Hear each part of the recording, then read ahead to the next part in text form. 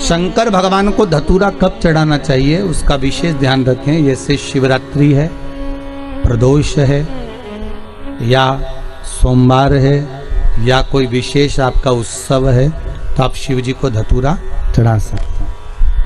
या विशेष कोई बीमारी ऐसी लग गई है, या विशेष कोई तकलीफ ऐसी हो गई है जिसका निवारण नहीं हो रहा, तो आप धतूरा चढ़ा सकते। धतूरा चढ़ाने का भी एक क्रम है। हल्दी में भिगोकर धतूरा चढ़ाया जाता है लक्ष्मी के लिए। चंदन में भिगोकर धतूरा चढ़ाया जाता है आयु की वृद्धि के लिए। अबीर एक सफेद कलर का बॉर्डर होता है। अबीर गुलाल जो होती है, गुलाल में अबीर डलता है, चमकदार, आपने देखा होगा अबीर होगा।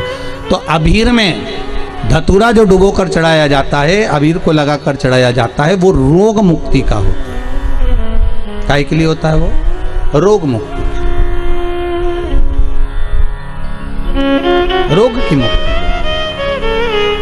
धतूरे का भी एक स्मरण होता है महाराज।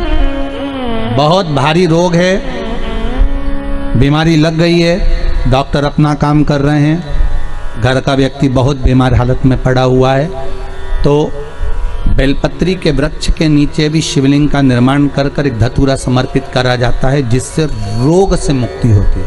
उसमें ना तो हल्दी लगाई जाती है, ना चंदन लगाया जाता है, ना अबीर लगाया जाता है, केवल धतूरा चढ़ाया जाता है। एक बेलपत्री की पत्ती, एक बेलपत्र, एक पत्ती, एक बेलपत्र के वृक्ष की छांव साधारण नहीं होती। एक जीव जो मनुष्य की जो देह है ना, इससे 4 स्थान पर रोज पाप होता है। ऐसा कोई संसार में नहीं जन्मा जिसने पाप नहीं किया। 4 स्थान पर प्रत्येक मनुष्य से पाप होता। पहला, झाड़ू लगाते समय छोटे छोटे जीव मर जाते हैं, उसका पाप माथे चढ़ जाता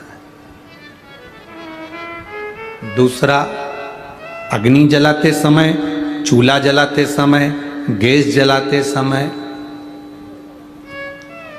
छोटे छोटे पतंगे जलकर मर जाते हैं, उसका पाप माथे चढ़ जाता है।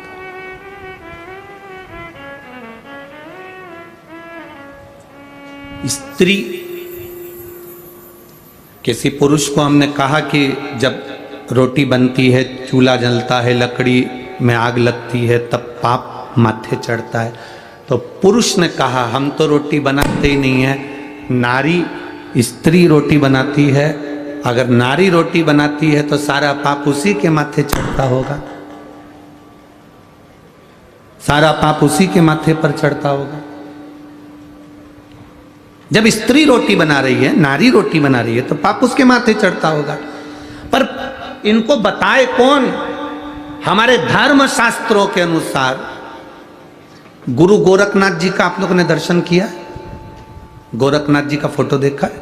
गुरु गोरखनाथ एक हाथ में कमंडल रखते हैं, दूसरे हाथ में चिमटा रखते हैं। क्या रखते हैं? चिमटा। चिमटा देखा? महिलाओं के पास में चिमटा रहता है रसोई घर में। क्या काम आता है? रोटी को सेकने का। संत भी चिमटा रखते हैं, भजन गाने वाले भी चिमटा रखते हैं। बोलो बोलो, सही है कि गलत है? संत भी चिमटा रख रहे हैं, भजन गाने वाले भी चिमटा रख रहे हैं, और घर की नारी भी चिमटा रखती है। कभी स्त्री से पूछना कि तुम ये चिमटा क्यों रखती हो, और वो भी गैस के पास, चूल्हे के पास, किस लिए रखती है? क्यों रखती है? जैसे गुरु गोरखनाथ जी की, जहां पर सुंदर गोरखनाथ जी की, जहां पर सुंदर आनंद के साथ में मंदिर होता है, और वहां पर एक सुंदर धुनी जलती रहती है, उस धुनी में एक चिमटा फंसा रहता है। धुनी में जो बल मिलता है उस चिमटे के बल पर मिलता है, तो वहां की जो भस्म होती है वहां की जो भभूति होती है वो हमको सुख, एनर्जी और रोग से मुक्ति देती है। एनर्जी भी देती है और रोग से मुक्ति भी देती है। क्या होता है उस चिमटे से?